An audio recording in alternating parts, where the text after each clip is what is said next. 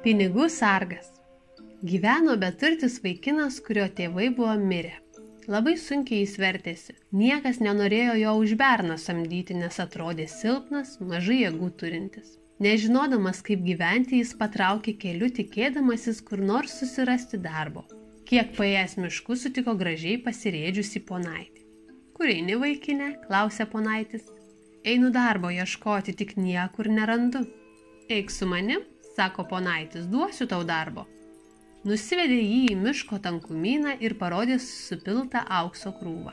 Sėsk ant kelmo, vaikinė, ir pagaikščiu maišyk šią aukso krūvą. Taip daryk ištisus metus. Bet turi nesiprausti burnos, nekirpti plaukų ir nagų. Valgyt ir gerti tau atnešiu. Jei kas atėjęs prašytų pinigų, tai veltui neduok. Jei viską darysi, kaip sakiau, dosniai užmokėsiu. Tai pasakęs, ponaitis pradingo, o vaikinas atsisėdo ant kelmo ir ėmė pagaikščių auksą maišyti. Po kurio laiko miško sargas užėjo tą krūvą pinigų ir plaukais apžėlusi jų sargą. Pamatė auksą ir net akis išvertė iš nuostabos. Duok, žmogelį, man nors saują aukso, prašo. Negaliu veltui dalyti šių pinigų, nes jie ne mano. Duok ką nors iš savo turtų, tada prašau. Kad aš jokių turtų neturiu, tik žmona ir 3 dukteris. Gerai, duok vieną dukterį. Galėsi imti, tik duok truputį aukso. Sutarė, kad vaikinas po metų atvažiuos dukters pasiimti, o aukso jis sargui pripylė porą saujų. Metams praslinkus atėjo ponaitis ir mato, vaikinas sėdė apžėlęs, nesiprausęs, panašus į miško baidyklę. Ar nedavė niekam aukso, klausė. Daviau, bet ne veltui. Miško sargas už auksą man pažadėjo vieną dukterį. Tarnavai gerai, sako ponaitis. Pasiimk, kiek nori pinigų ir gali keliauti. Vaikinas prisipylė pilnas kišenes pinigų ir dar maišelį ant pečių užsivertė. Taip apsirūpinęs patraukė į miško sargo trobelę. Kai tik miško sargas jį pamatė, tuojau pažino, nors vaikinas atrodė baisiai. Sargas tuojau pasišaukė vyresnėje dukterį. Štai tau jaunikis, dukrelė, sako.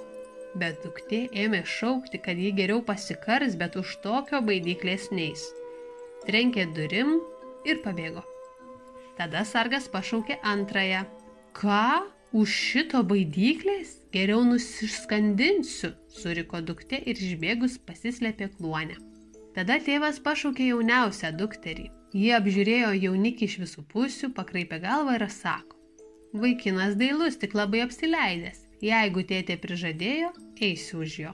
Vaikinas nudžiugo ir nuskubėjo į miestą. Ten nusikirpo plaukus ir nagus, nusiskuto barzdą, išsiprausė ir apsivilko puikiais drabužiais.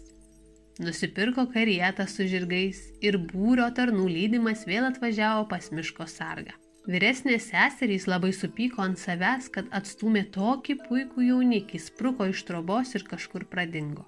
O jauniausia negalėjo atsidžiaugti vaikinu. Grįžtant iš bažnyčios, tas pats ponaitis pastojo kelią. Sveikas, svainis, sako jis. Koks aš tau svainis, atkirto jaunikis, eik savo keliu. Žinoma, kad svainis, tu paėmei vieną sargo dukrą, o aš 2, pasakė ir pradingo. Parvažiavę namo, ieško seserų ir neranda. Tada vaikinas ir suprato, kodėl velnias jį svainiu pavadino.